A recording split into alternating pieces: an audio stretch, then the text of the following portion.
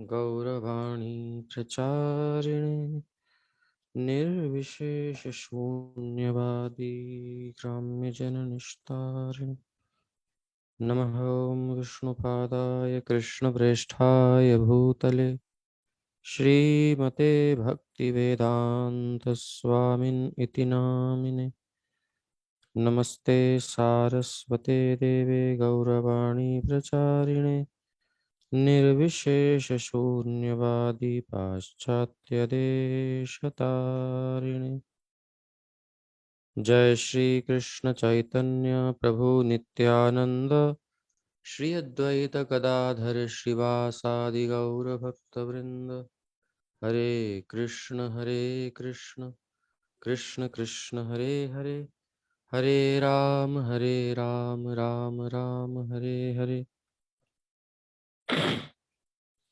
ओम नमो भगवते नरसिंहाय नमस्तेजस्तेजसे आविराविर्भववज्रनख वज्रदंष्ट्रकर्माशयान् रन्धय रन्धय तमोग्रसग्रसौं स्वाहा अभयमभयमात्मनि भूयिष्ठा ॐ क्षौं।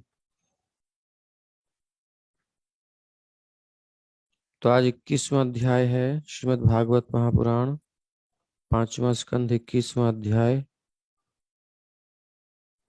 सूर्य देव की गतियों का वर्णन। ठीक है, सूर्य देव की गतियों का वर्णन। अब कुछ लोगों का कहना है कि सूर्य देव तो गति नहीं कर रहे, पृथ्वी घूम रही है। इसकी रहस्य सब खुल जाएगा इस अध्याय में। पढ़िए, कौन पढ़ेंगे?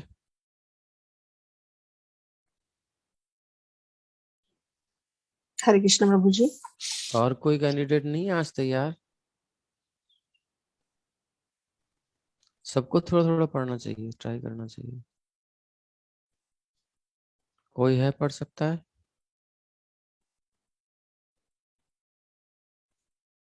ठीक है, कोई बात नहीं, प्रभु जी मैं कल पढ़ूंगी पक्का। कोई बात नहीं। फिर पढ़िए माता जी, फिर आप ही पढ़िए। अध्याय 21 सूर्य की गतियों का वर्णन। इस अध्याय में सूर्य की गतियों का वर्णन हुआ है। सूर्य स्थिर नहीं है, यह भी अन्य ग्रहों की भांति गतिमान है। सूर्य की गतियों से दिन और रात्रि की अवधि का निर्धारण होता है। जब सूर्य विषुवत रेखा के उत्तर में यात्रा करता है तो वह दिन में अत्यंत मंद तथा रात्रि में अत्यंत तेजी से गति करता है, जिससे दिन बड़े और रातें छोटी होती हैं। इसी प्रकार जब सूर्य विषुवत रेखा के दक्षिण में गति करता है तो इसके विपरीत होता है, दिन छोटे तथा रातें लंबी होती हैं। जब सूर्य कर्क राशि में प्रवेश करके सिंह राशि में होता हुआ धनु राशि में पहुंचता है तो उसके पथ को दक्षिणायन कहा जाता है। इसी प्रकार जब सूर्य मकर राशि में प्रवेश करके कुंभ राशि से होता हुआ मिथुन राशि में पहुंचता है तो इस पथ को उत्तरायण कहते हैं। जब सूर्य मेष तथा तुला राशियों में रहता है तो दिन और रात समान होते हैं। मानसोत्तर पर्वत में 4 देवताओं का निवास है। सुमेरु पर्वत के पूर्व स्थित देवधानी में राजा इंद्र का तथा सुमेरु के दक्षिण स्थित संयमनी में मृत्यु के अधीक्षक यमराज का वास है। इसी प्रकार सुमेरु के पश्चिम लिम लिम लिमलोचनी में जल के स्वामी वरुण का आवास है। सुमेरु के उत्तर में विभावरी है, जहां चंद्र देवता निवास करता है। इन सभी स्थानों में सूर्य की गति के कारण प्रातः, मध्याह्न, सूर्यास्त तथा अर्धरात्रि होती है। सूर्योदय के स्थान के ठीक सामने सूर्यास्त होता है। इसी प्रकार जहां मध्याह्न है उसके ठीक सामने की ओर के प्राणी अर्धरात्रि का अनुभव करते हैं। सूर्य अन्य समस्त ग्रहों समेत जिनमें चंद्रमा तथा अन्य नक्षत्र प्रमुख हैं, उदय और अस्त होता रहता है। संपूर्ण काल चक्र सूर्य देव के रथ के चक्र पर स्थापित है। यह चक्र संवत्सर कहलाता है। सूर्य के रथ को खींचने वाले 7 अश्व गायत्री, बृहति, उष्णिक, जगती, त्रिष्टुप, अनुष्टुप तथा पंक्ति कहलाते हैं। वे अरुण देव नामक देवता द्वारा 9 लाख योजन चौड़े जुए में जोते जाते हैं। इस प्रकार यह रथ आदित्य देव अथवा सूर्य देव को ले जाता है। सूर्य देव के समक्ष सदैव स्तुति करते हुए वलिखिल्य नामक 60,000 ऋषि रहते हैं। प्रत्येक मास सूर्य देव के माध्यम से विभिन्न नामों से श्री भगवान की आराधना करने वाले 14 गंधर्व, अप्सराएं तथा 7 श्रेणियों में विभक्त अनेक देवता हैं। इस प्रकार सूर्य देव 16,004 मील प्रति क्षण की गति से इस ब्रह्मांड की 9 करोड़ 51 लाख योजन और 760 करोड़ 8 लाख मील की प्रदक्षिणा करता है।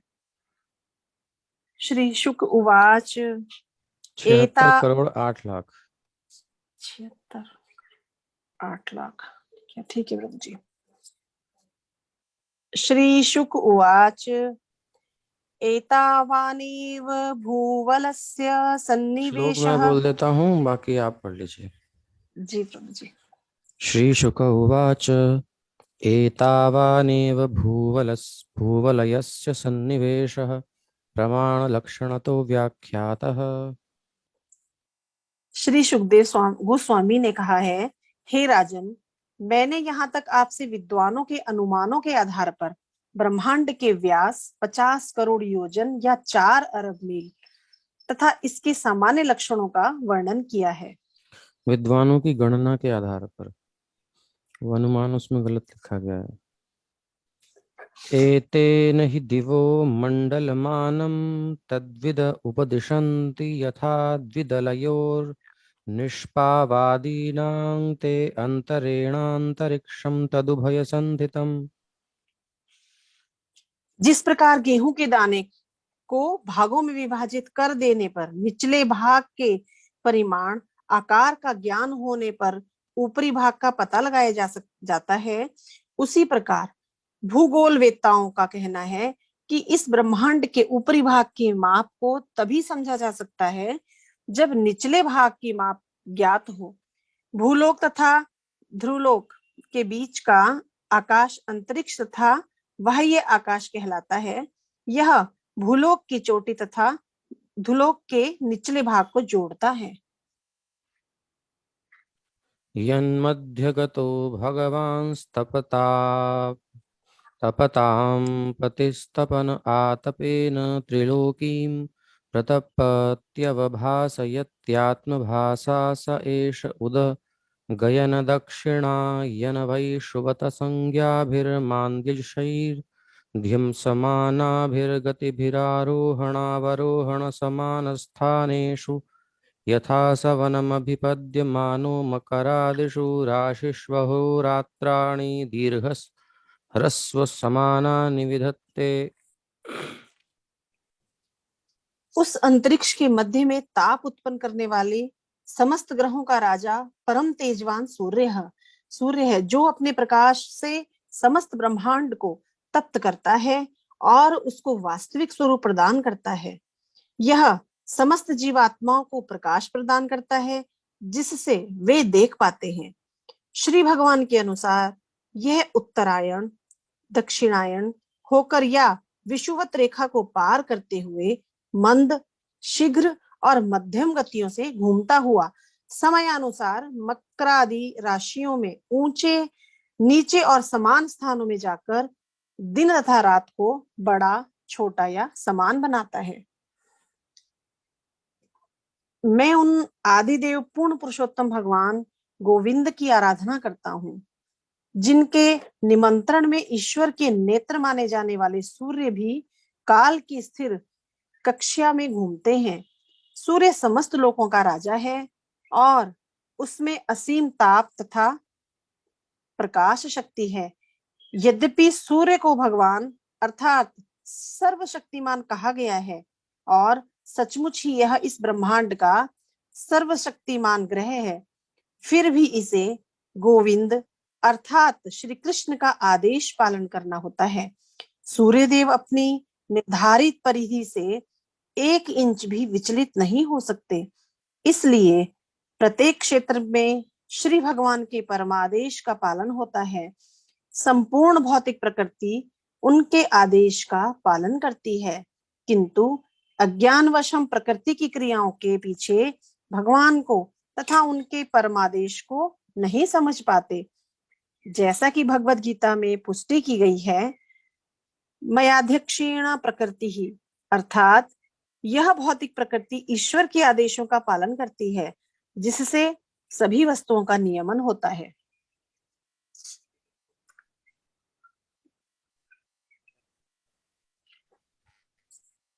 यदा मेषतुलयोर्वर्तते तदा होरात्राणि समानानि भवन्ति। यदा वृषभादिषु पञ्चसु च राशिषु चरति तदा हान्येव वर्धन्ते। ह्रसति च मासि मास्येकैका घटिका रात्रिषु। जब सूर्य मेष तथा तुला राशि में आता है तो दिन और रात की अवधि समान हो जाती है। जब यह वृषभ इत्यादि 5 राशियों से गुजरता है तो दिन कर्क तक बढ़ता जाता है और तब प्रति मास आधा घंटा घटता रहता है, जब तक दिन तथा रात्रि पुनः तुला में समान नहीं हो जाते। यदा वृश्चिकादिषु पञ्चसु वर्तते तदा होरात्राणि विपर्ययाणि भवन्ति। जब सूर्य वृश्चिक इत्यादि 5 राशियों से होकर गुजरता है तो दिन घटता है, जब तक यह मकर राशि पर नहीं आ जाता, और फिर क्रमशः मास प्रति मास बढ़ता जाता है, जब तक दिन और रात समान मेष राशि पर नहीं हो जाते। मास प्रति मास बढ़ता जाता है जब तक दिन और रात समान नहीं हो जाते, यानी मेष पर नहीं हो जाते। आवाज चली गई शायद इनकी।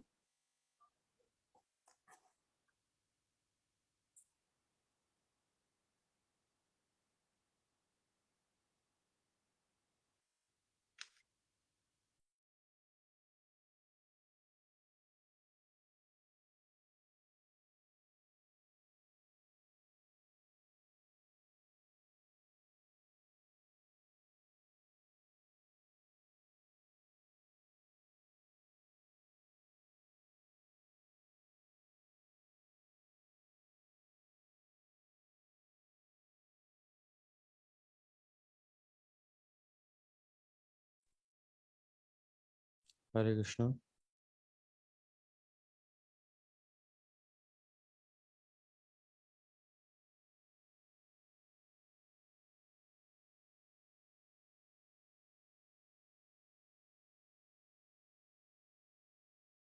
हरे कृष्णा। हरे कृष्णा प्रभु जी। क्या प्रॉब्लम हो गई?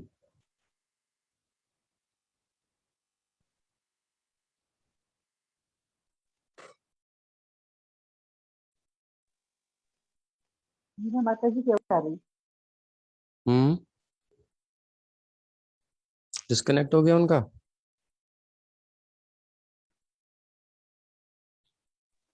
नाम तो दिखा रहा है प्रभु जी। चलिए कोई बात नहीं, फिर हमारी आवाज आ रही है। जी प्रभु। छठा श्लोक है, जी यावद् प्रभु। दक्षिणायन महानि वर्धन्ते यावदुदगयनं रात्रयः। सूर्य के दक्षिणायन होने तक दिन बढ़ते रहते हैं और उत्तरायण होने तक रातें लंबी होती जाती हैं। एवं नवकोटय एकपञ्चाशल्लक्षणानि योजनानां मानसोत्तरगिरिपरिवर्तनस्योपदिशन्ति। तस्मिन्नैन्द्रीं पुरीं पूर्वस्मान्मेरोर्देवधानीं नाम दक्षिणतो याम्यां संयमनीं नाम पश्चाद्वारुणीं निम्लोचनीं नाम उत्तरतः सौम्यां विभावरीं नाम तासूदय मध्याह्नास्तमय यन्निशिथानीति भूतानां प्रवृत्ति निवृत्ति निमित्तानि समय विशेषेण मेरोश्चतुर्दशम्। श्री शुकदेव गोस्वामी आगे बोले, हे राजन, जैसा पहले कह चुका हूँ, पंडितों का कहना है कि मानसोत्तर पर्वत के चारों ओर सूर्य का परिक्रमा पथ 9 करोड़ 51 लाख योजन 76 करोड़ 8 लाख मील है। मानसोत्तर पर्वत पर मेरु के पूर्व की ओर इंद्र की देवधानी, दक्षिण में यमराज की संयमनी, पश्चिम में वरुण की निम्नलोचनी तथा उत्तर में चंद्रमा की विभावरी नामक पुरियां स्थित हैं। इन सभी पुरियों में मेरु के चारों ओर विशिष्ट कालों के अनुसार सूर्योदय, मध्याह्न, सूर्यास्त तथा अर्धरात्रि होती रहती है और तदनुसार समस्त जीवात्माएं अपने अपने कार्यों में प्रवृत्त अथवा निवृत्त होती रहती हैं। मतलब लगते हैं और जैसे जॉब पर जाते हैं हम, फिर रेस्ट, फिर आ जाते हैं छोड़ के, ऐसे ही लगना और हटना। प्रवृत्त और निवृत्त, इसको प्रवृत्ति कहते हैं। जैसे कि कोई गृहस्थ आदि में प्रवेश करता है तो प्रवृत्ति है, और जो विरक्त हो जाता है, संन्यास आदि लेता है, तो निवृत्त हो जाता है, या सेवानिवृत्त भी कहते हैं, तो उससे समझ लीजिए।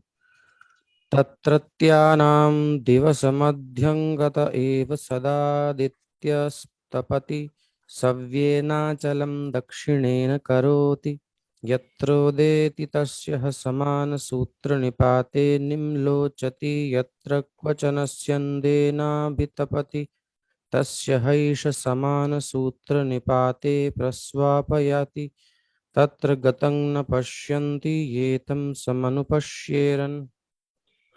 सुमेरु पर्वत पर रहने वाले प्राणी मध्याह्न के समय सदा ही अत्यंत तप्त होते हैं, क्योंकि सूर्यदेव सदैव उनके सिर के ऊपर रहता है। यद्यपि सूर्य की घड़ी की विपरीत दिशा में सुमेरु पर्वत को अपने बाईं ओर छोड़ता हुआ जाता है, किंतु यह घड़ी की दिशा में भी घूमता है, जिससे पर्वत उसके दाईं ओर रहता दिखता है, क्योंकि उस पर दक्षिणावर्त पवन का प्रभाव पड़ता है।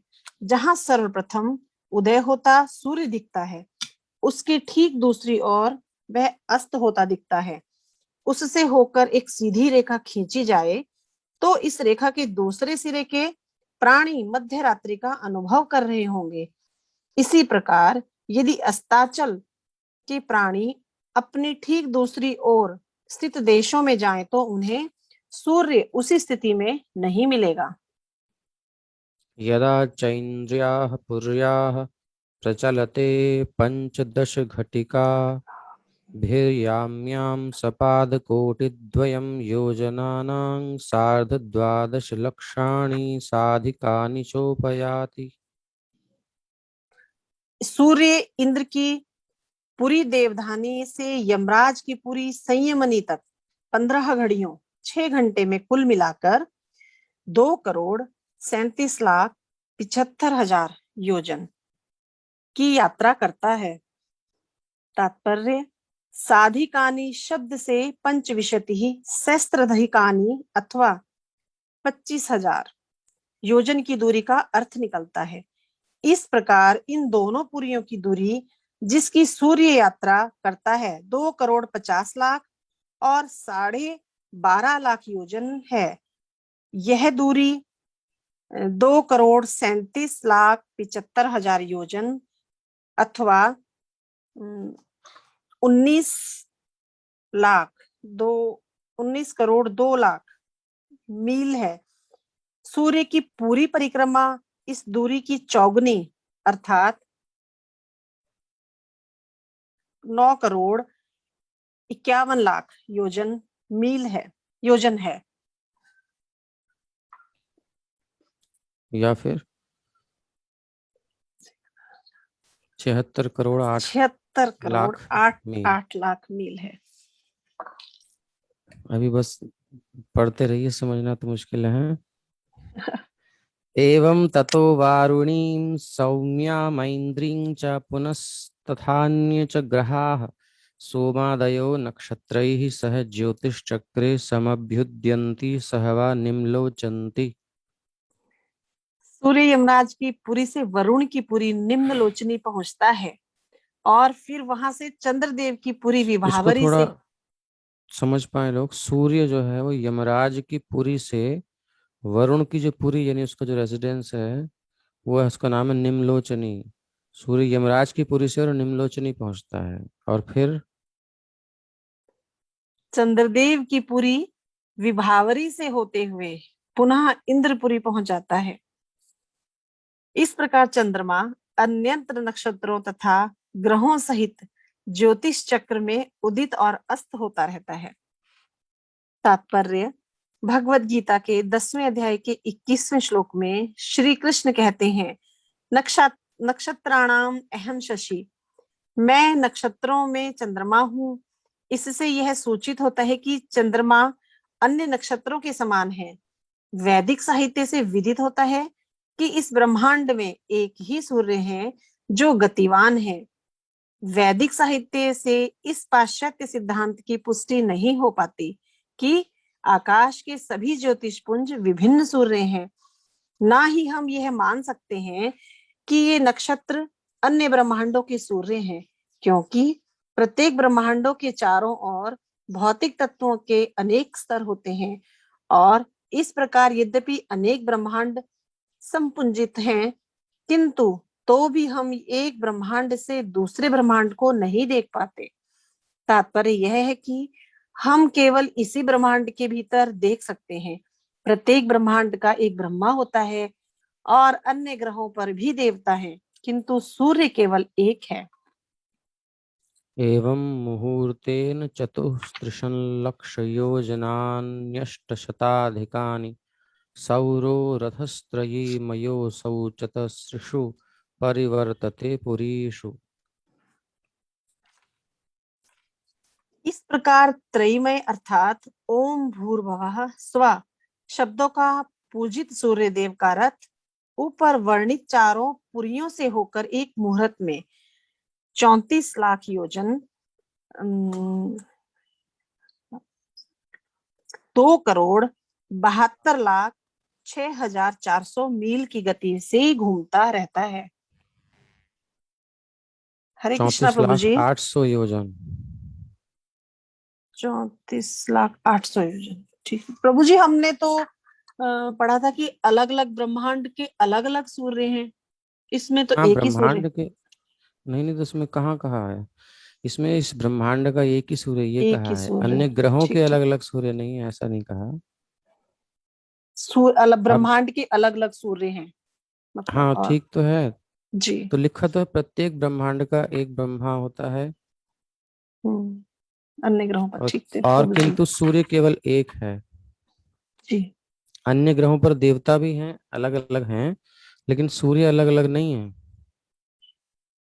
सूर्य एक ही है ब्रह्मांड में, हाँ जी। तो गलत थोड़ी है, वही चीज कही गई है। पीछे देखिए, ना ही हम ये मान सकते हैं कि नक्षत्र अन्य ब्रह्मांडों के सूर्य हैं। नक्षत्र सूर्य नहीं है, कंफ्यूजन हो जाता है आज के वैज्ञानिकों को, क्योंकि प्रत्येक ब्रह्मांड के चारों ओर भौतिक तत्वों के अनेक स्तर होते हैं। ईथर है, ये सब पृथ्वी जल अग्नि वायु आकाश की लेयर्स हैं, सूक्ष्म लेयर्स। ये 10 टाइम्स 6 से ऊपर, एक के ऊपर थिकनेस होती है इनकी। इस ब्रह्मांड की कवरिंग है ये सब। शेल्स जैसे प्याज होता है, प्याज में एक के ऊपर एक लेयर्स होती हैं, ऐसे ब्रह्मांड की सब कवरिंग है ये।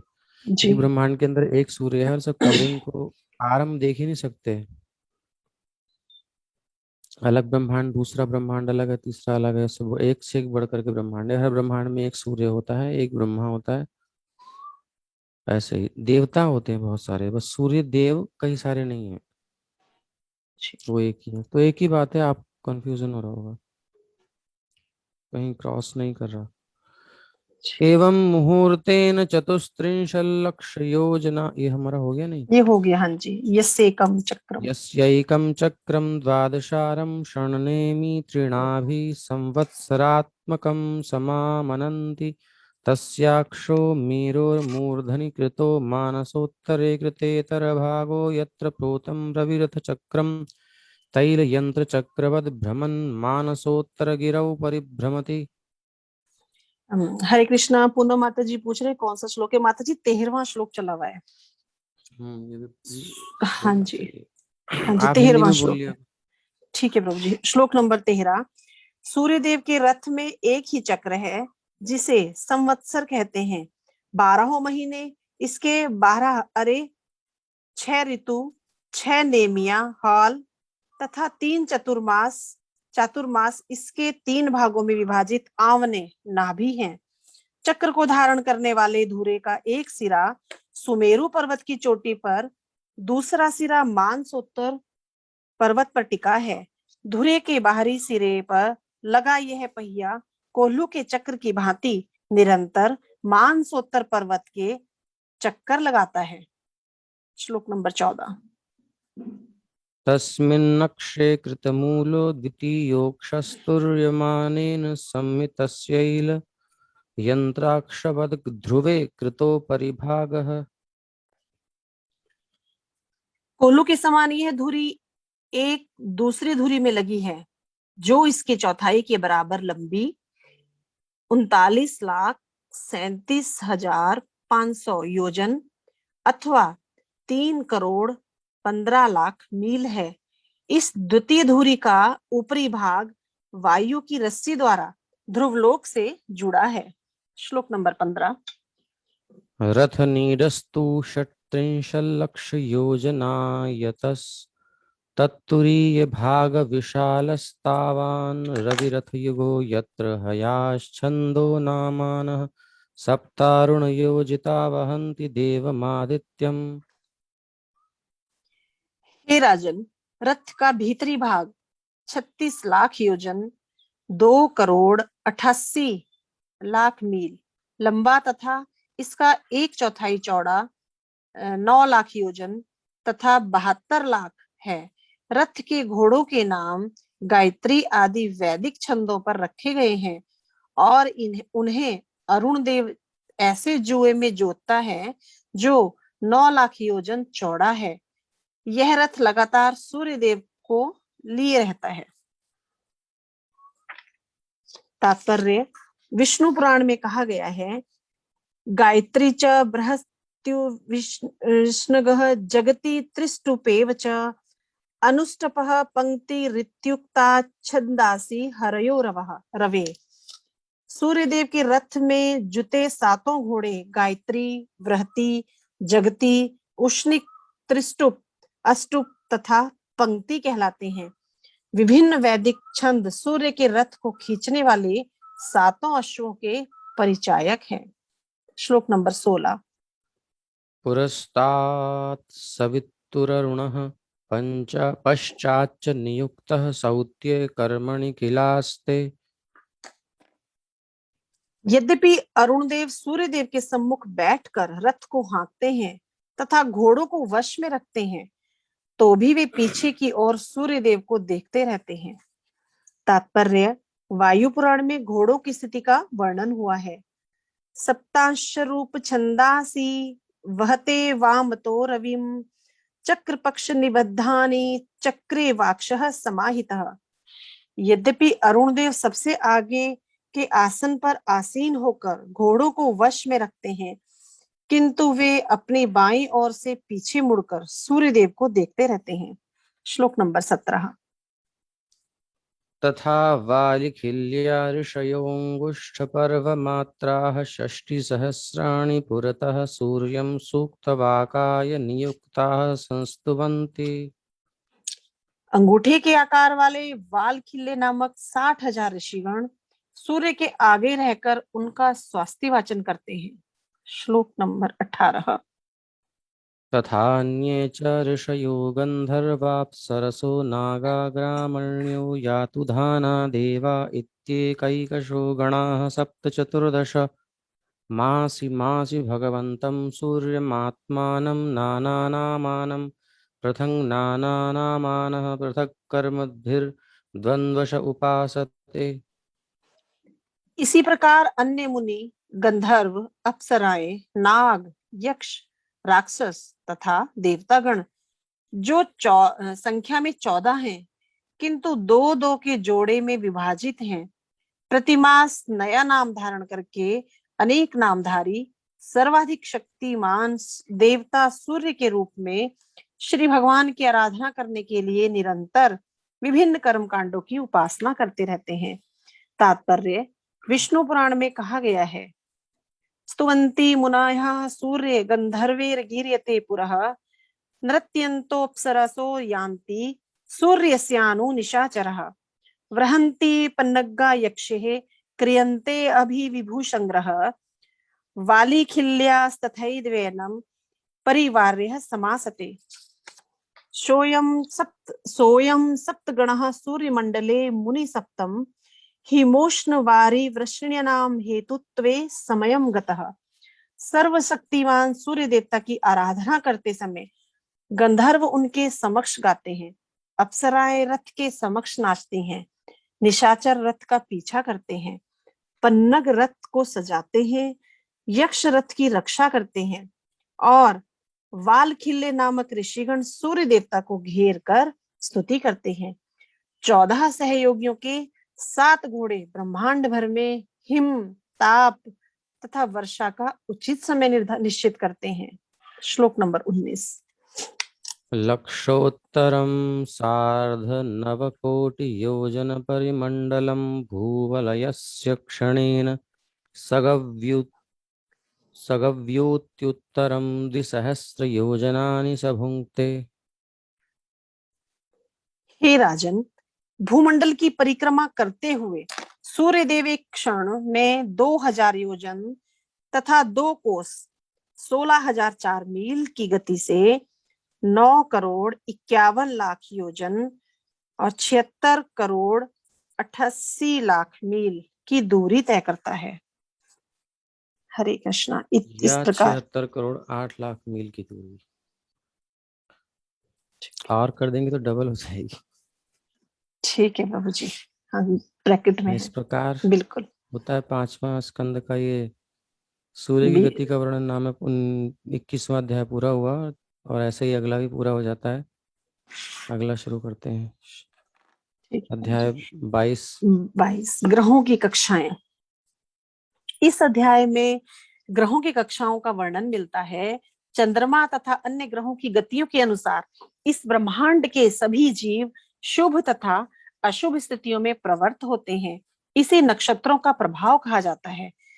सूर्यदेव संपूर्ण ब्रह्मांड के कार्य व्यापारों को विशेष रूप से ताप, प्रकाश, ऋतु परिवर्तन आदि को नियंत्रित करते हैं और नारायण के विस्तार अंश माने जाते हैं।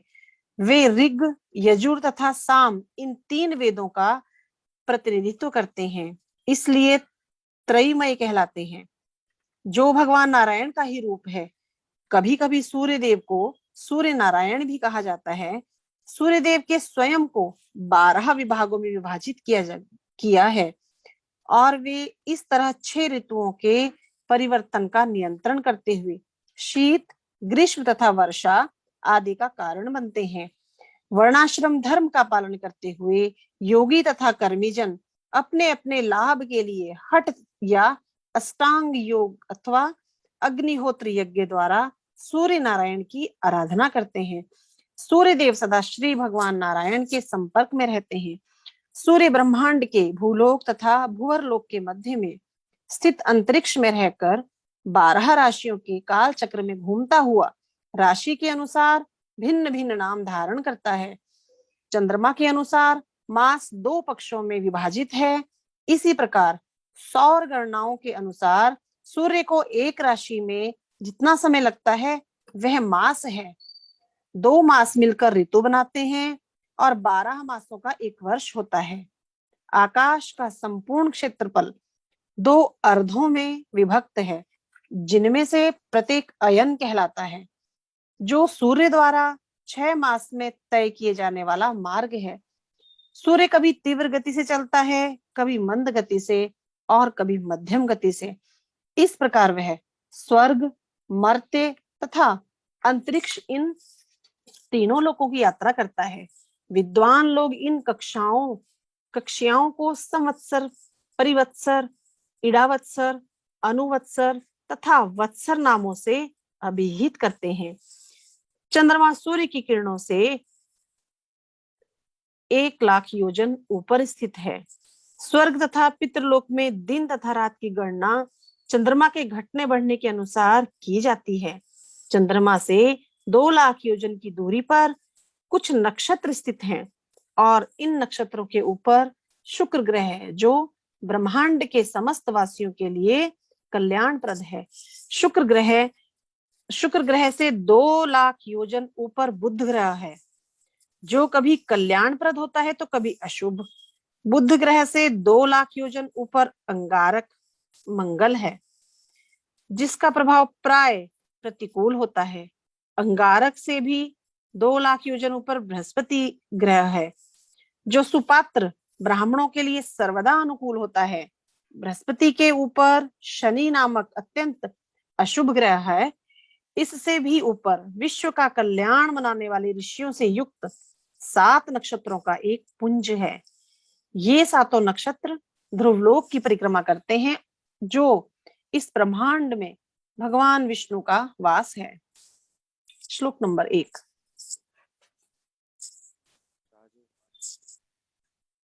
राजोवाच यदेतद्भगवत आदित्यस्य मेरुं ध्रुवं च प्रदक्षिणेन परिक्रामतो राशीनामभिमुखं प्रचलितं चाप्रदक्षिणं भगवतोपवर्णितममुष्वयं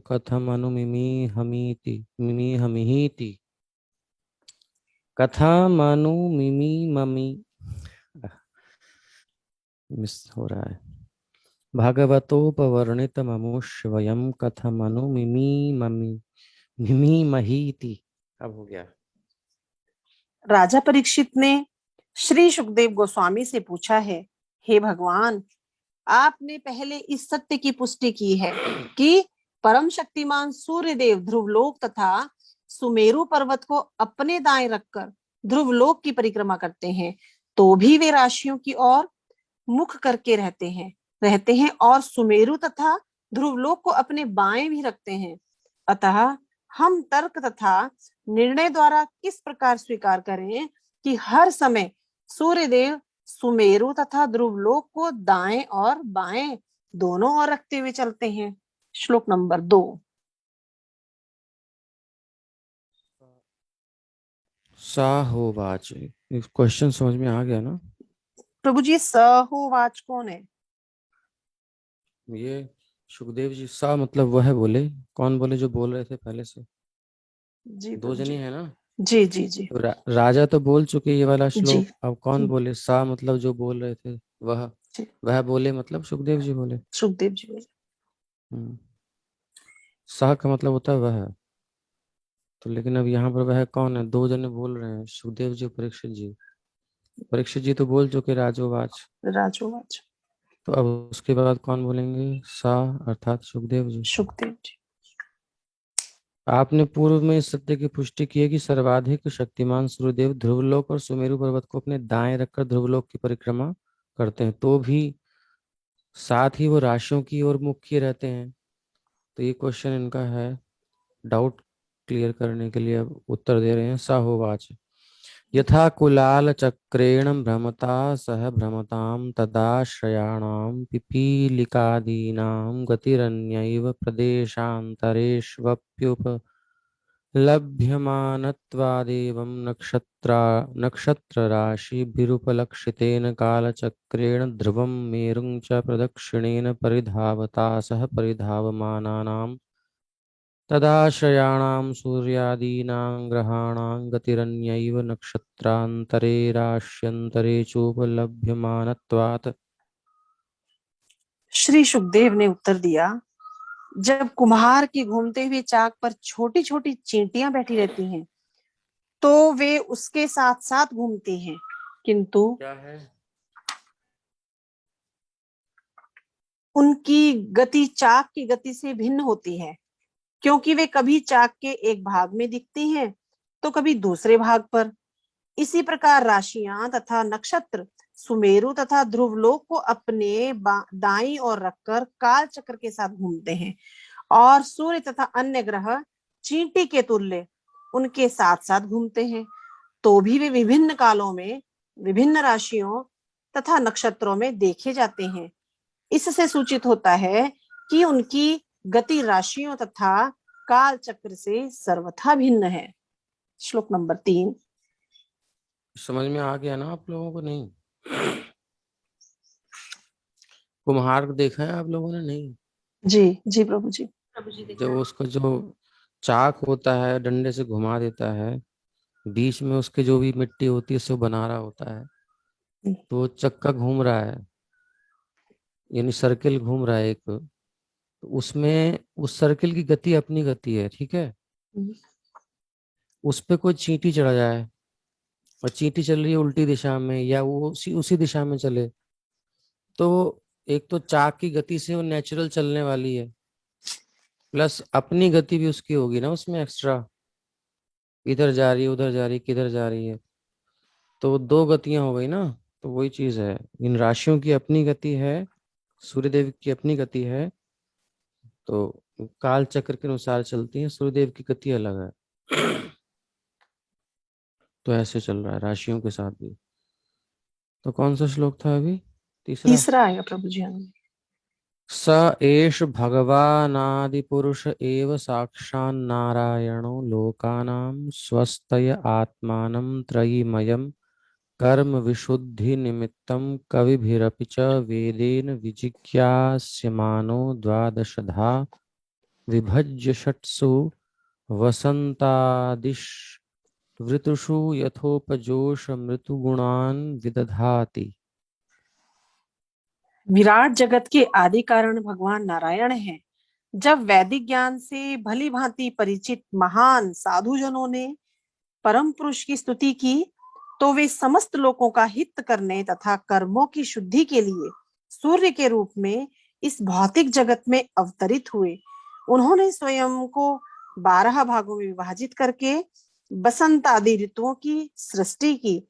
इस प्रकार उन्होंने ताप, शीत इत्यादि ऋतु संबंधी गुणों की सृष्टि की। श्लोक नंबर 4। तमे तमिह पुरुषास्त्रय्या विद्यया वर्णाश्रमाचारानुपथा उच्चावचैः कर्मभिराम्नातैर्योगवितानैश्च श्रद्धया यजन्तोऽञ्जसा श्रेयः समधिगच्छन्ति। चारों वर्णों तथा चारों आश्रमों के लोग सामान्य रूप से सूर्य देव के रूप में पूर्ण पुरुषोत्तम भगवान नारायण की उपासना करते हैं। वे अत्यंत श्रद्धा के साथ वेद त्रयी द्वारा प्रतिपादित अग्निहोत्र जैसे छोटे बड़े सकाम कर्मों के अनुसार तथा योग क्रिया द्वारा परमात्मा स्वरूप श्री भगवान की आराधना करते हैं। इस प्रकार वे सुगमता पूर्वक जीवन के चरम लक्ष्य को प्राप्त करते हैं। श्लोक नंबर 5।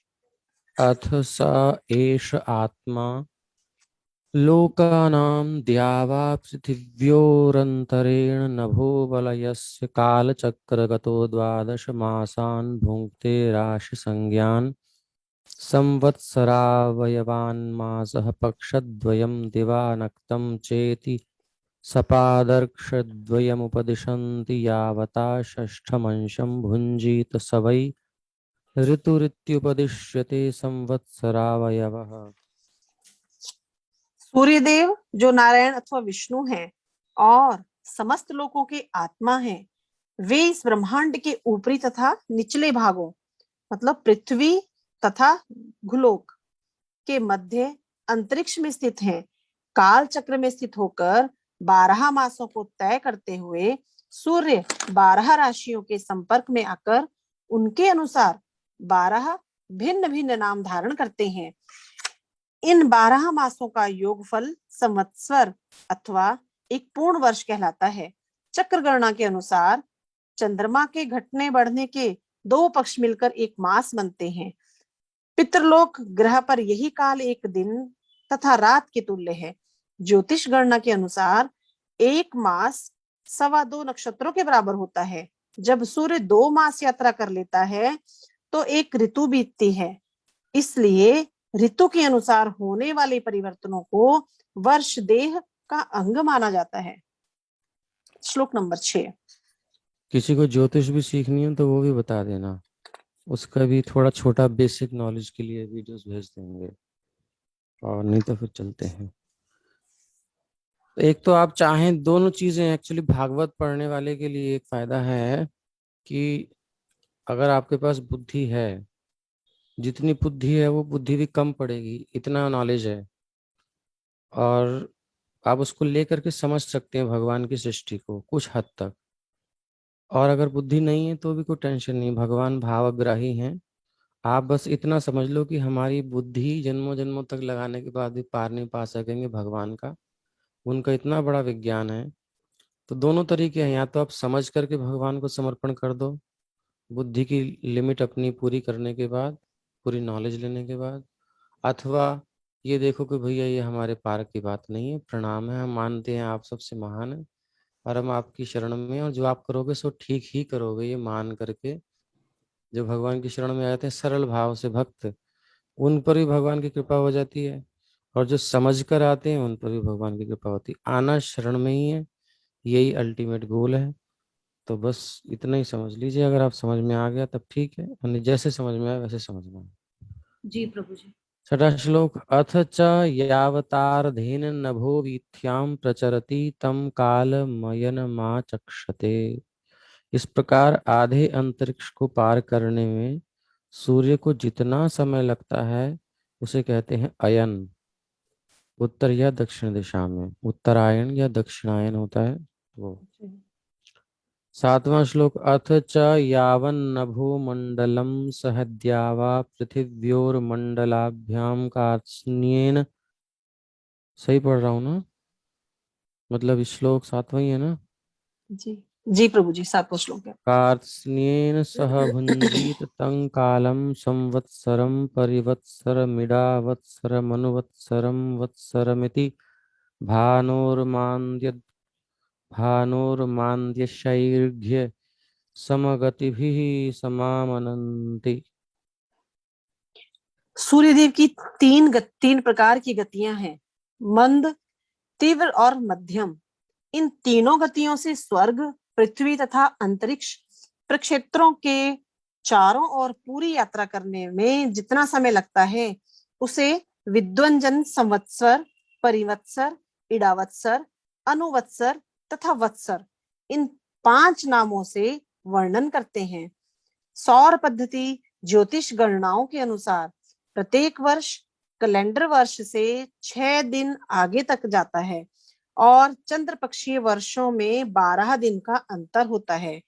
जैसे जैसे संवत्सर, परिवत्सर, इडावत्सर, अनुवत्सर और वत्सर बीतते हैं, प्रत्येक 5 वर्षों में 2 अतिरिक्त मास जुड़ जाते हैं।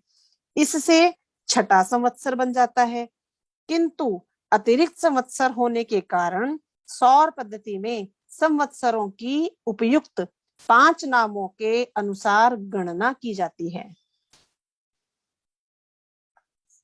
आठवां श्लोक, एवं चंद्रमा अर्कगभस्तिभ्य उपरिष्टाल्लक्षयोजनत उपलभ्यमानोऽर्कस्य संवत्सर भुक्तिं पक्षाभ्यां मास भुक्तिं सपादर्क्षाभ्यां दिनेनैव पक्ष भुक्तिमग्रचारी द्रुततरगमनो भुङ्क्ते।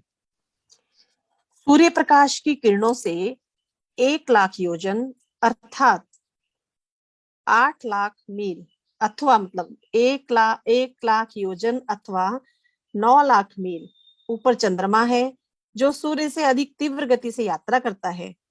वह 2 चंद्र पक्षों में एक सौर संवत्सर के समान दूरी तय कर लेता है, अर्थात 2.25 दिन में सूर्य के 1 मास के तुल्य और 1 दिन में सूर्य के 1 पक्ष के बराबर दूरी तय कर लेता है। तात्पर्य, जब हम इस तथ्य पर विचार करते हैं कि चंद्रमा सूर्य की किरणों से 1 लाख योजन या 8 लाख मील दूरी पर स्थित है, तो यह अत्यंत विस्मयजनक लगता है कि चंद्रमा तक आधुनिक यात्राएं संभव हो सकी। चूंकि चांद इतनी दूर है, इस पर चंद्रमा तक अंतरिक्ष यान कैसे पहुंच सके, यह संदेहास्पद रहस्य है। आधुनिक वैज्ञानिक गणनाएं एक के बाद एक बदलती रहती हैं, अतः वे अनिश्चित हैं।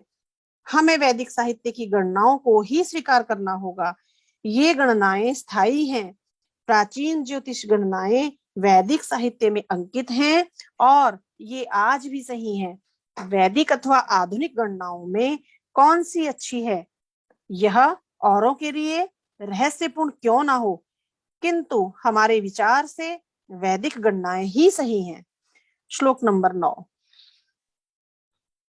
तो जो चंद्रमा पर जा रहे हैं एक्चुअली चंद्रमा पर नहीं जा रहे हैं, ये कहीं और जा रहे हैं, ये क्लियर है, क्योंकि रा- चंद्रमा की जी। प्रभु जी जो वीडियो हमने देखा था ना, सॉरी आपको डिस्टर्ब कर रही हूँ, उसमें हम्म। उसमें कहा था कि हम राहु में जा रहे हैं, एक्चुअली में चंद्रमा में कोई गया ही नहीं अभी तक।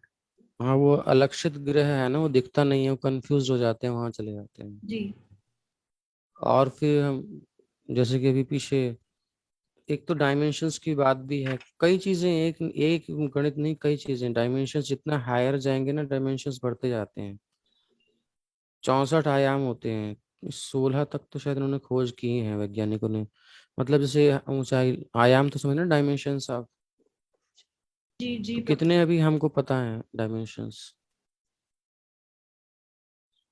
3 मालूम है अभी तक तो। हाँ, तो 16, आप अगर नेट पे सर्च करोगे तो ये बोलेंगे वैज्ञानिक, हम उसको देख नहीं सकते बट एग्जिस्ट करते हैं, ऐसा वैज्ञानिक मान रहे हैं। 16 तक आई थिंक, जितने भी हैं। तो जब तुम अभी डायमेंशंस मान रहे हो तो फिर तुम कैसे क्लेम कर सकते हो कि तुम ठीक हो? कंफ्यूज भी तो हो सकते हैं, आगे ऊपर जाएंगे तो देवता लोग उनको डाइवर्ट भी कर सकते हैं। कौन पहुंच, जब त्रिशंकु को नहीं पहुंचने दिया उस समय, इतने बड़े एक्सपेरिमेंट करने वाले विश्वामित्र के द्वारा भेजे गए, तो अब तो कुछ भी नहीं है उनके लिए, यूं ही भगा देंगे, इधर से उधर कंफ्यूज कर देंगे।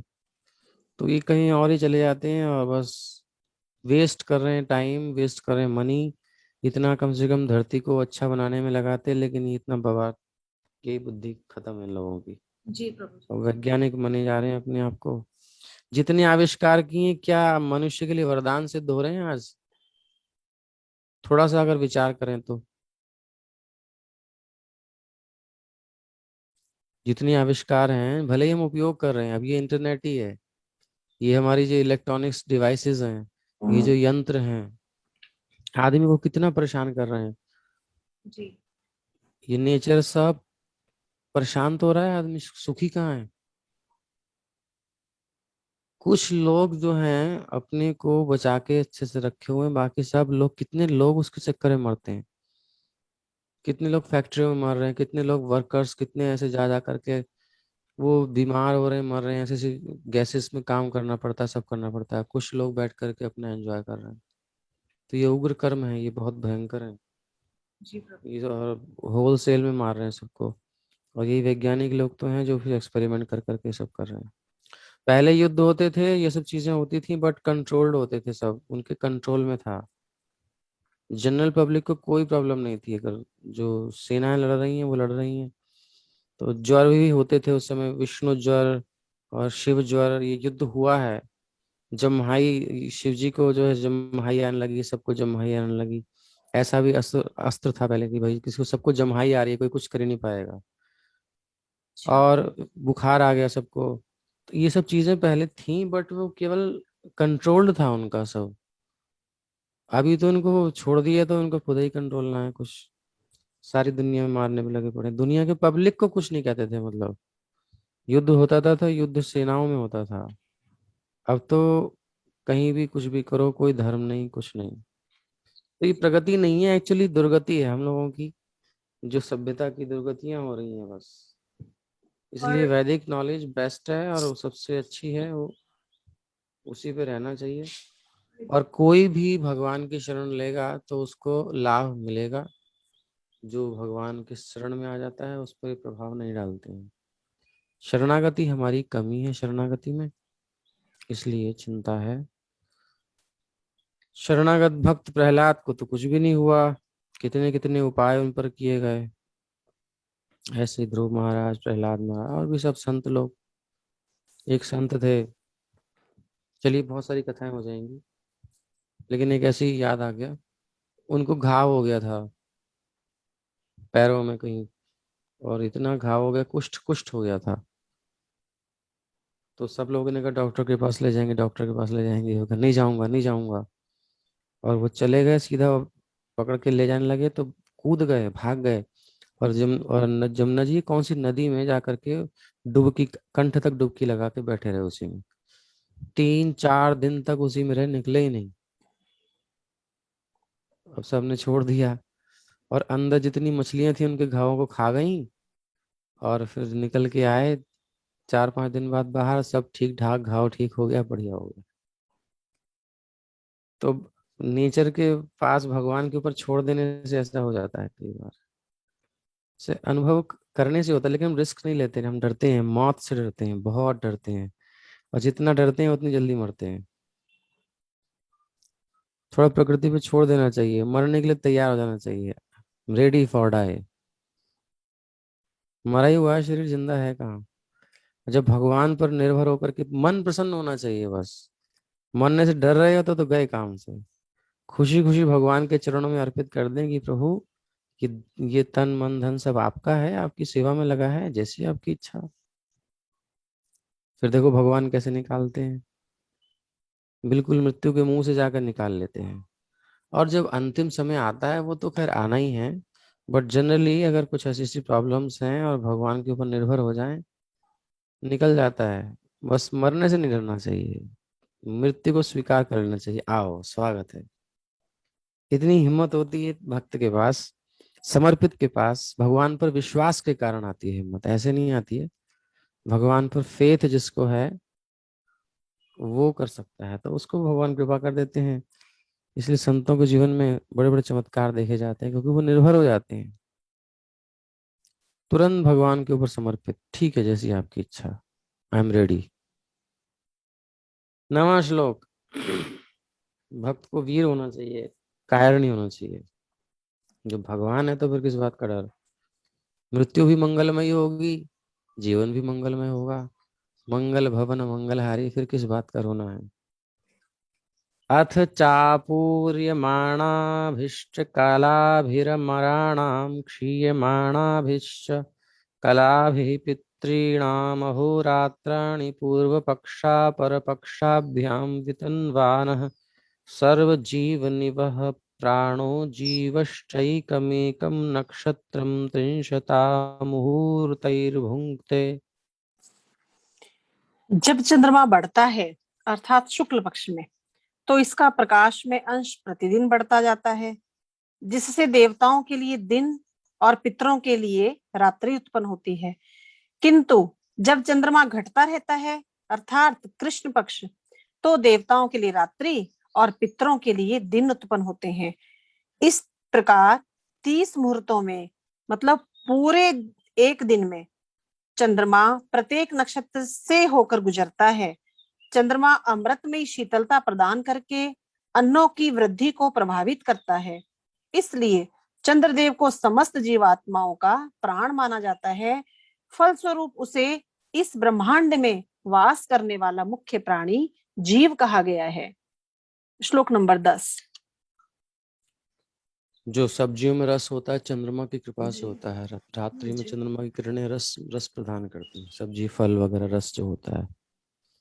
य एष षोडश कल पुरुषो भगवान मनोमयोन्नमयो मृतमयो देव पितृ मनुष्य भूत पशु पक्षी सरीसृप वीरूधाम प्राणाप्यायन शीलत्वात् सर्वमय इति वर्णयन्ति। समस्त शक्तियों से पूर्ण होने के कारण चंद्रमा श्री भगवान के प्रभाव का सूचक है। प्रत्येक व्यक्ति के मन का प्रमुख श्री विग्रह होने के कारण चंद्रमा मनोमय कहलाता है। यह वह अन्नमय भी कहलाता है, क्योंकि वह समस्त बृहस्पतियों तथा पौधों को शक्ति प्रदान करता है। समस्त जीवात्माओं का प्राणाधार होने से वह अमृतमय भी कहा जाता है। चंद्रमा समस्त देवताओं, पितरों, मनुष्यों, पशुओं, पक्षियों, सरीसृपों, वृक्षों, पौधों तथा अन्य सभी जीवात्माओं को प्रसन्न करने वाला है। सभी प्राणी चंद्रमा की उपस्थिति से संतुष्ट रहते हैं, फलतः वह सर्वमय भी कहलाता है। श्लोक नंबर 11। और गर्मी में चंद्रमा की किरणें, पूर्णिमा की चंद्रमा की किरणें कितनी सुंदर लगती हैं, सुंदर लगती जी। अगर आप कभी देखो तो। जी जी। तभी होता शांति है, एक प्रदान। नेचुरल ठंडक सी मिलती है। हम्म। 11वां श्लोक। तत उपरिष्टाद् विलक्षयोजनतो नक्षत्राणि मेरुं दक्षिणे नैव कालायन ईश्वर योजितानि सहाभिजिताष्टाविंशतिः। चंद्रमा से 2 लाख योजन अर्थात 16 लाख ऊपर कई नक्षत्र स्थित हैं। श्री भगवान ने उन्हें काल चक्र में संयुक्त रखा है, अतः ये सुमेरु पर्वत को दाईं ओर रखते हुए घूमते रहते हैं और इनकी गति सूर्य की गति से सर्वथा भिन्न होती है। अभिजीत सहित कुल 28 नक्षत्र हैं। तात्पर्य, यहाँ जिन नक्षत्रों का उल्लेख हुआ है वे सूर्य से 16 लाख मील अर्थात 2 लाख योजन ऊपर हैं। इस प्रकार वे पृथ्वी से 40 लाख मील ऊपर हुए। श्लोक नंबर 12। तत उपरिष्टादुशनाद्विलक्षयोजनत उपलक्ष्यते पुरतः पश्चात् सहैव वार्कस्य शैघ्र्यमान्द्यसाम्याभिर्गतिभिरर्कवच्चरति लोकानां नित्यदानुकूल एव प्रायेण वर्षयंश्चारेणानुमीयते सवृष्टिविष्टम्भ ग्रहोपशमनः। इन नक्षत्रों से लगभग 2 लाख योजन अर्थात 16 लाख मील ऊपर शुक्र ग्रह है, जो लगभग सूर्य की ही गति अर्थात तीव्र, मंद तथा मध्यम गतियों से घूमता है। वह कभी सूर्य के पीछे, कभी सामने और कभी उसी के साथ साथ रहता है। वह वर्षा में विघ्न डालने वाले ग्रहों को शांत करने वाला है, अतः इसकी उपस्थिति में वर्षा होती है और इसलिए यह इस ब्रह्मांड के समस्त जीवों के अनुकूल माना जाता है। इसे विद्वानों ने स्वीकार किया है। श्लोक नंबर 13। उशनसा बुधो व्याख्यातस्तत उपरिष्टाद् द्विलक्षयोजनतो बुधः सोमसुत उपलभ्यमानः प्रायेण शुभकृद्यदारकाद् व्यतिरिच्येत तदातिवाताभ्रप्रायानावृष्ट्यादिभयमाशंसते। बुध को शुक्र के ही समान बताया है, क्योंकि यह कभी सूर्य के पीछे, कभी सामने और कभी कभी इसके साथ साथ घूमता है। यह शुक्र से 16 लाख मील अथवा पृथ्वी से 72 लाख मील ऊपर स्थित है। यह चंद्रमा का पुत्र होने से विश्व के वासियों का मंगल करने वाला है, किंतु जब यह सूर्य के साथ नहीं घूमता होता तो यह चक्रवात, अंधड़, अनियमित वर्षा तथा जल रहित बादलों की जानकारी देता है। इस प्रकार अवर्षा या अतिवर्षा के कारण यह भयावह परिस्थिति उत्पन्न करता है। श्लोक नंबर 14। अत ऊर्ध्वमंगारको, मंगल की बात, अंगारक। अत ऊर्ध्वमंगारकोऽपि योजन लक्षद्वितय उपलभ्यमानस्त्रिभिस्त्रिभिः पक्षैरेकैकशो राशीन् द्वादशानुभुङ्क्ते यदि न वक्रेणाभिवर्तते प्रायेणाशुभ ग्रहोघशंसः। बुध से 16 लाख मील ऊपर अथवा पृथ्वी से 88 लाख मील ऊपर मंगल ग्रह है। यदि यह वक्र गति से ना चले तो एक एक राशि के 3-3 पक्षों को पार करता हुआ क्रमशः 12 राशियों में से यात्रा करता है। यह प्राय सदैव वर्षा तथा अन्य प्रभावों के रूप में प्रतिकूल अवस्थाएं उत्पन्न करता है। श्लोक नंबर 15। तत उपरिष्टाद्विलक्षयोजनान्तर्गता भगवान् बृहस्पतिरेकैकस्मिन् राशौ परिवत्सरं चरतीति नवग्रहः स्यात् प्रायेणानुकूलो ब्राह्मणकुलस्य। मंगल से 1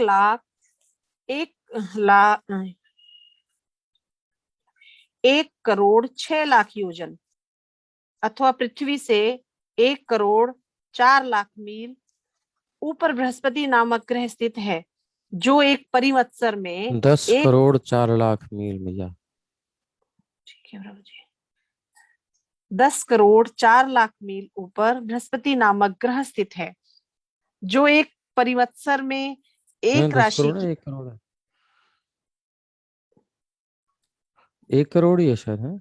जी प्रभु जी, चलो कोई बात नहीं, करोड़ हमसे में गलती किया हो रहा गई, था। क्षमा नहीं कीजिए। नहीं नहीं नहीं प्रभु जी, दोबारा से पढ़ लीजिए इसे।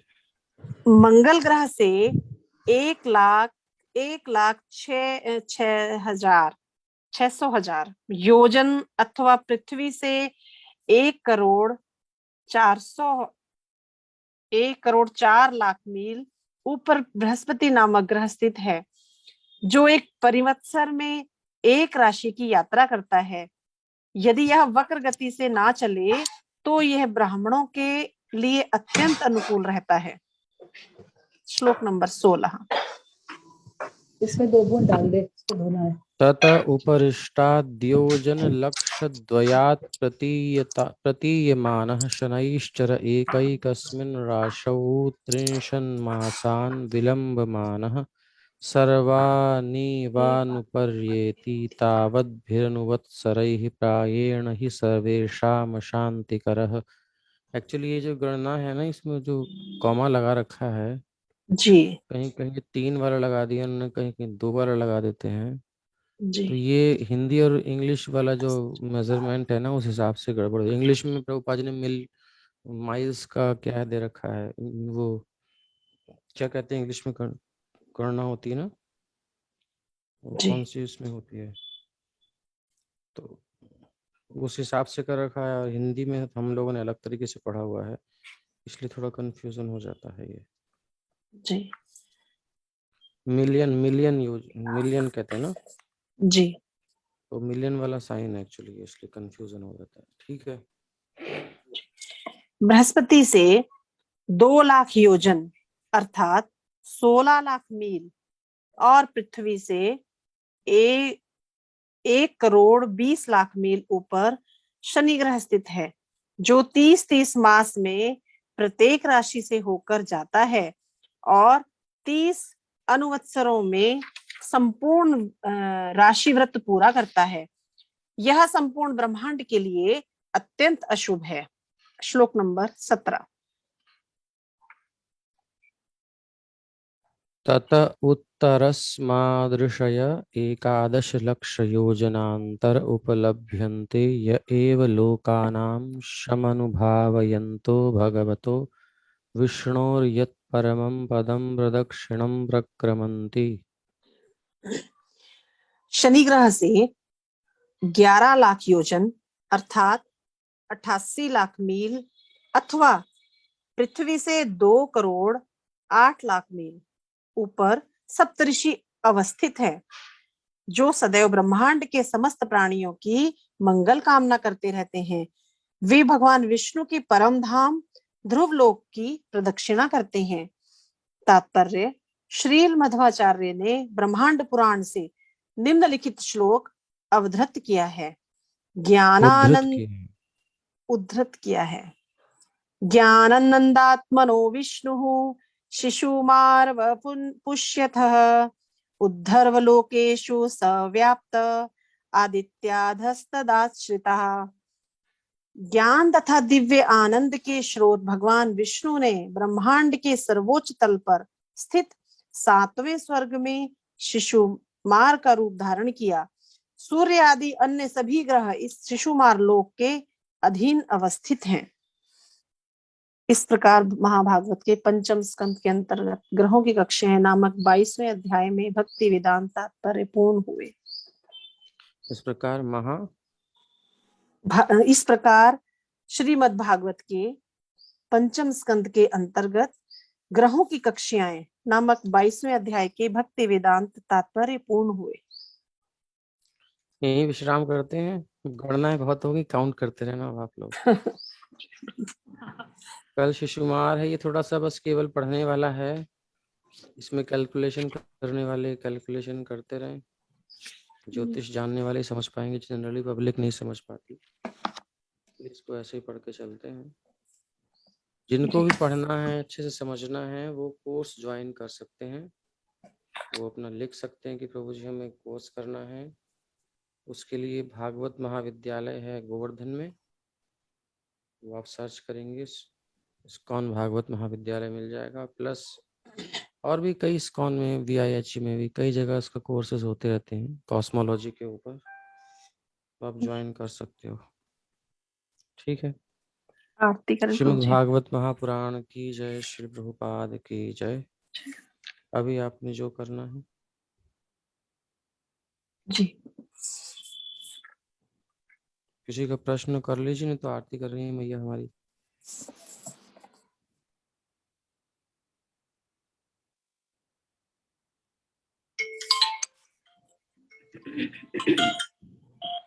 कोई प्रश्न नहीं है?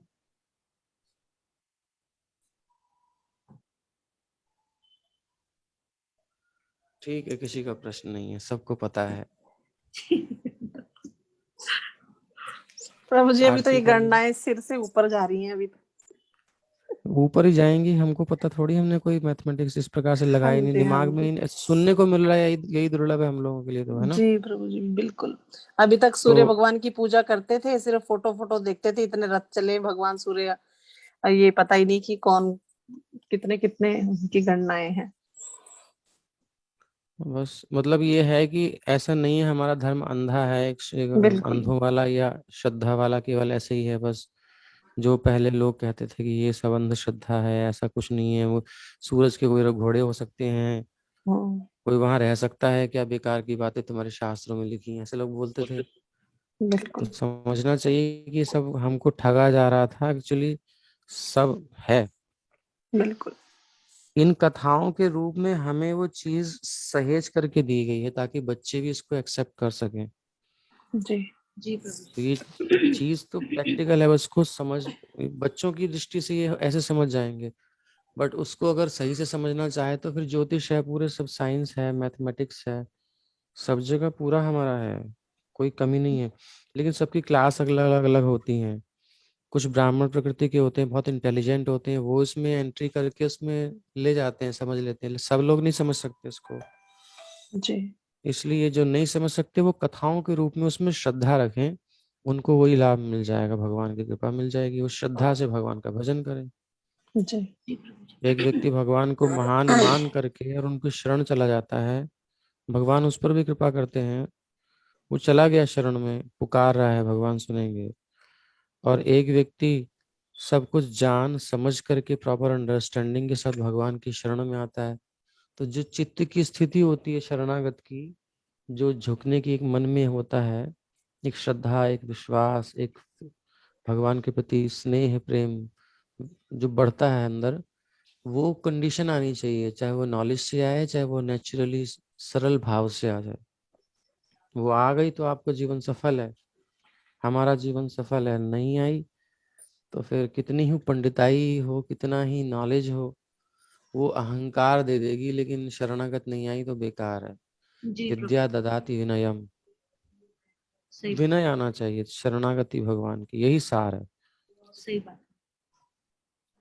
प्रभु जी यही मुझे बोलना है कि हमारा अगर भागवतम अगर हम देखें तो इसमें सारे सब्जेक्ट्स तो आ ही जाते हैं, लेकिन सब आ जाए। हम स्कूल्स में अगर ये पढ़ाना शुरू करें और बाकी साइंस मैथ्स ज्योग्राफी जो हम सब गलत पढ़ रहे हैं, जो मतलब है ही नहीं, तो अगर वो सब हटा के अगर हम ये पढ़ाना शुरू करें तो हमारे बच्चे इतने इंटेलिजेंट निकलेंगे कि मतलब उनको कोई मशीन बनने की जरूरत ही नहीं है। ऐसा खुश ऐसा है। रहेंगे, बहुत खुश क्रिएटिव रहेंगे, रहेंगे। और इतना खुश रहेंगे, और मतलब आप मतलब ये ऐसी चीज है कि मतलब कोई इमेजिन भी नहीं कर सकता कि एक जंबो द्वीप है, उसके अंदर फिर उसके नीचे दूसरा दूसरा द्वीप है, गन्ने का सागर है, घी का सागर है, दूध का सागर, मतलब ये सब कोई इमेजिन नहीं कर सकता। और उसमें हम इतने छोटे से छोटा सा मतलब भारतवर्ष, उसमें 9, और फिर उसमें एक छोटा सा हम, और हम बोलते हैं हम हैं, हमारी जमीन है, हमारा पैसा है, हमारी कार है। हम तो कुछ भी नहीं है प्रभु जी, अगर हम ऐसा सोचे, मतलब देखने की हम कोशिश करें तो हम मतलब बिंदी भी नहीं है, एक छोटा बिल्कुल। तो उस हिसाब से मतलब बहुत दुख होता है मुझे देख के कि मतलब हम अपने बच्चों को ये नहीं पढ़ा रहे हैं, और ये छोड़कर हम सब कुछ वो पढ़ा रहे हैं जो हमें पैसा कमाने को देगा। और बचपन से हमें यही सिखाया गया है कि मतलब पैसा कमाओ, पैसा कमाने के लिए जो तुम्हें स्टडीज करना है वो करो, ये सब साइड हटाओ। और इसके लिए शायद ये हमारे स्टडी से पूरी तरह से निकल गया है, क्योंकि कहीं ना कहीं हमें ज्ञान दे रहा है लेकिन पैसा नहीं दे रहा है। और सब क्या है, सब पैसे के पीछे पागल है कि नहीं अभी तो पैसा कमाना है, तो जो पैसे कमाने के लिए स्टडीज करनी है तुम्हें, साइंस मैथ ज्योग्राफी वो सब पढ़ो, अपने बच्चों को पढ़ाओ सो दैट आगे जाके वो मशीन बन सके। और ऐसा कुछ ना करे मतलब जिसमें पैसा नहीं मिल रहा है। अगर गवर्नमेंट ने अगर हमें ऐसा बोल दिया कि आपको ये पढ़ना है और जो ये भागवतम पढ़ेगा उसको हम 1 लाख रुपया देंगे, तो आप देखिए यहाँ लाइन लग जाएगी भागवतम पढ़ने के लिए। तो मैं माता जस्ट जी सिचुएशन ऐसी हो गई है जी कि अभी 1 लाख रुपया दे करके दिल्ली में एक विद्यालय है, जी ब्राह्मण बालकों को लेते हैं वो, और श्री संप्रदाय का उनका है गुरुकुल, ऐसे कई पर्सनली चला रहे हैं। तो इतने इंटरेस्टेड नहीं है लोग, कॉन्वेंट से ऐसी पागलपन चढ़ गया है कि इंग्लिश और वो और ये और वो सूट बूट और ये, मतलब आजकल का जी मतलब ये इसमें एक अफीम जैसे खाली सब कुएं में भांग पड़ी हुई है ना, जी जो पीता है उसमें उसी में जाता है, एक हवा चल चुकी है, जी क्योंकि ये चल गया है। लेकिन इसमें हमको क्या करना है, अपने बच्चे से आपने स्टेप उठाया है। आप सबको पता होना चाहिए, मेरी मैया ने, रिंकी माता जी ने अपने बच्चों को होम स्कूलिंग दे रही हैं, स्कूल स्कूल में नहीं पढ़ा रही हैं। उनको जो बेसिक जो नीड है, उनकी जो नॉलेज है, उनको उनका जो अंदर जो उनके अंदर छुपी हुई प्रतिभा है उसको जागृत करना चाहती हैं। उनको बच्चों को मतलब खोलना चाहती हैं, बांधना नहीं चाहती हैं। हम स्कूल में भेज करके बच्चों को एक पैक कर देते हैं कि तुम यही हो, इसके अलावा तुम कुछ नहीं हो, इसके अलावा तुमने कुछ सोचा तो तुम बेकार हो। बेचारा वो सिमट जाता है। अब हमको भी याद है, मेरी मैया सब से प्रभावित होकर के जैसे डॉक्टर बनना है, डॉक्टर बनना है, डॉक्टर बनना है। अब मिस अच्छी खासी मेरी दूसरी इच्छा थी, साइंस में ले रहा था तो बायोलॉजी। अब मुझे काटने में बहुत परेशानी, एक मेंढक सामने आया, मैं यार काट तो सकता हूँ लेकिन क्यों उसकी जान लूं। बेटा खुद बीमार थी, सबका ये सब डॉक्टरों से उन्होंने हेल्प लिया है, तो सबके हित करना, तुझे सबको इलाज करना है। अब वो मेंढक का मैंने को बचाऊं कैसे मैं यार, अब तो फंस गया। अब तो फिर क्या करूं। तो एक फ्रेंड का मेंढक लेकर के मैंने उसको कहा, यार तेरा मैं कर देता हूँ ऑपरेशन, तो मैं एक मेंढक नहीं लिया। और उसके मैं उसको लेकर के बोर्ड पे लगा के उसके पैरों को पिन लगा के, बड़ा कष्ट होते होते क्या करें अब। उसकी पहले स्किन काटना, उसके अंदर क्या क्या चीजें हैं, उसको पिन अप करना, दिखाना, ये सब, फिर वो सब मेंढक मरे, इतना कष्ट हुआ। मैंने कहा मुझे छुड़वाओ ये। मैं रोने लगा। फिर माँ ने कहा चल तेरी इच्छा नहीं है तो फिर ठीक है, फिर साइंस साइड में भेजा। तो ये एक हमारी सबकी एक अंदर से नेचर होगी, जबरदस्ती इसको नहीं करना चाहिए सही बात। कि हम अपनी थोपे। उसके अंदर क्या है, वो भगवान ने उसे किस लिए बना के भेजा है, क्या उसका पिछला रह गया है काम, क्या वो आगे करेगा, उसमें उसको हेल्प करना चाहिए। वो उसमें कुछ बेस्ट कर सकता है। मैंने कहा था माँ से, माँ मैं आत्मा का डॉक्टर बनूंगा, चिंता मत करो। तो जी प्रभु जी। उस समय ऐसे कह दिया था। तो रुचि मेरी इधर थी ही शुरू से, और इनकी भी इच्छा थी, बट ये थोड़ा सा जो संसार में प्रभावी होते हैं, हम अपने रिश्तेदारों से इन्फ्लुएंस होते हैं, वो ऐसे है वो ऐसे है, तो वो सब के प्रभाव में आकर बच्चों के साथ हिंसा नहीं करनी चाहिए। Very true. उनको जो हैं वो उनको बढ़ने देना चाहिए आगे। तो ये सब चीजें हैं एक्चुअली। तो कहाँ से मैं कहाँ आ गया पता नहीं, जी जो भी है। जी प्रभु बस जी। वैदिक ज्ञान हमारी शास्त्र के अनुसार, हम ये हमें बांधता नहीं है, एक सांचे में नहीं, मतलब एक जबरदस्ती का एक बना नहीं रहा है कि ये तुम ऐसे ही बनना है। आप जो बनना चाहते हो, जो होना चाहिए आपको, अंतरात्मा की जो आवाज है उस दिशा में लेके जा रहा है आपको, पूर्ण विकास की ओर लेके जाने की जो तरीका है वो है भागवत आदि, जो हमारे वैदिक शास्त्र है, हमारा कल्चर है। वो खोलने की कोशिश करता है, उनको फ्री करता है, मुक्त करता है। तमसो माँ ज्योतिर्गमय मृत्युर्मा मृतम गया, मुक्तता की ओर, अज्ञान से ज्ञान की ओर खिलापन हो। मतलब हर एक व्यक्ति अपने आप में गुरु है भारत का, ऐसा बनाता था भारत ना। हर एक के अपने अपने कुछ ना कुछ सहयोग। पहले कितने कितने ऋषि मुनि वैज्ञानिक हुए, सबके अपने अपने। तो ये सब चीजें अब खत्म हो गई, क्योंकि क्यों नहीं हो रही यहाँ पे लोग, क्योंकि उनको पैक कर दिया, बोले यही पढ़ाई है, इसी को रट्टा मारो, उसी को पूरा करो, ये कर लिया तुमने, तुम बस बढ़िया। फिर वो फ्रस्ट्रेट होता है, फिर वो अपने कहीं ना कहीं निकालता है सब। तो पैसा कमाने को माता जी कह रही, तो पैसा कमा करके क्या करते हैं बाद में? अब पैसा क्या काम आता है? देख लीजिए, पैसा खर्च हो जाता है, शांति दे नहीं पाता, भय से मुक्त नहीं कर पाता। और ये नॉलेज हमारे पास, जिसके पास है, वो इस परिस्थिति का लाभ उठा रहे हैं। एक हो रहे हैं डिप्रेशन में जा रहे हैं, एकांत में अकेलेपन का महसूस कर रहे हैं। और जो अध्यात्मवादी हैं, जिन्होंने भागवत गीता का कुछ अध्ययन किया हुआ है, कुछ संतों का संग किया है, सच में जिन्होंने हृदय से किया है, थोड़ा चिंतन किया है, वो लोग इस एकांत में आनंद ले रहे हैं, एकांत में मस्त हैं। वो अपने डेवलप कर रहे हैं अपनी इंटरनल शक्तियां, जितना भी अपनी इच्छाएं, अपनी जो भी उनके अंदर की सामर्थ्य है, उसको बढ़ा रहे हैं। उनको खुशी मिल रही है, रिलैक्स फील कर रहे हैं। लेकिन जो बाहर देख रहे हैं, वो डर रहे हैं, डर रहे हैं, डर रहे हैं, डर रहे हैं।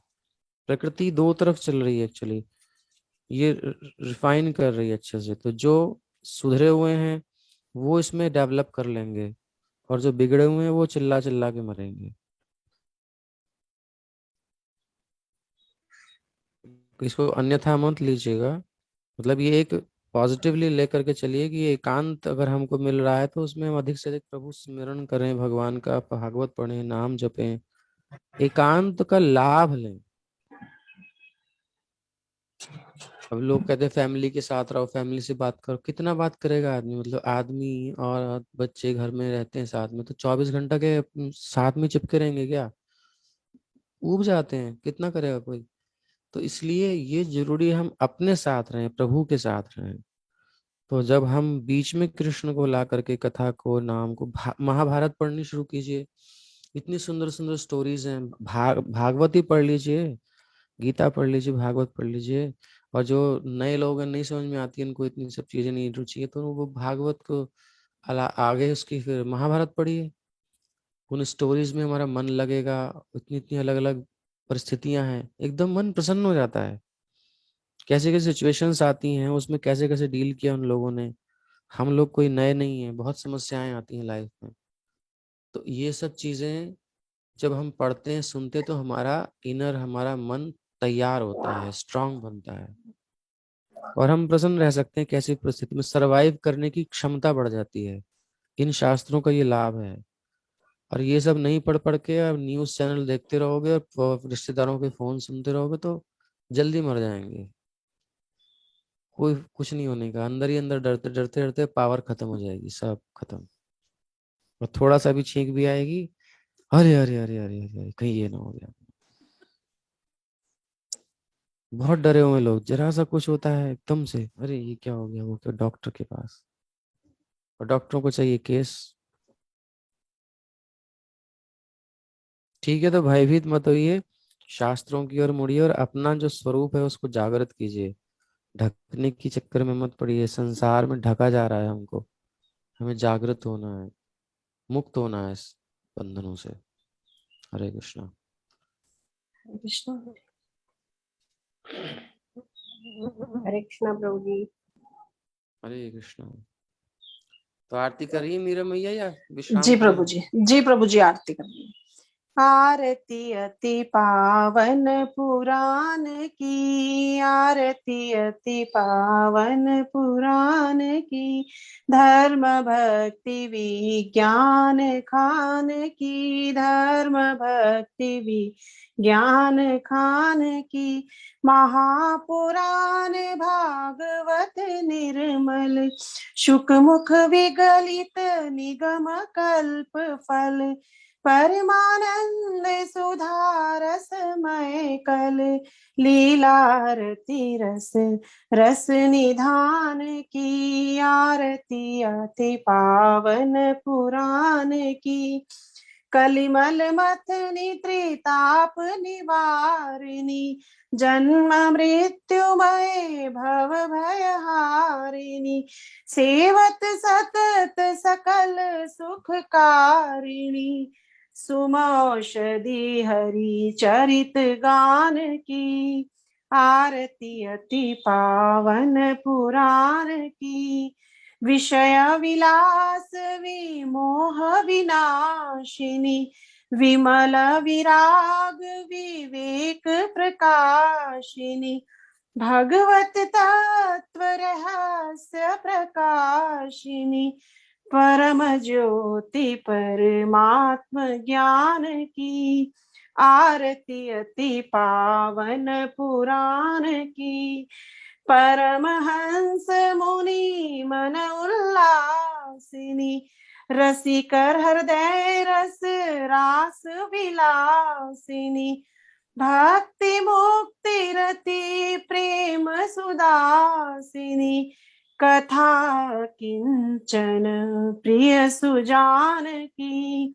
आरती अति पावन पुराण की धर्म भक्ति विज्ञान खान की हरे कृष्ण कृष्ण कृष्ण हरे हरे हरे राम राम राम हरे हरे हरे कृष्ण कृष्ण कृष्ण हरे हरे हरे राम राम राम हरे हरे हरे कृष्ण कृष्ण कृष्ण हरे हरे हरे राम राम राम हरे हरे।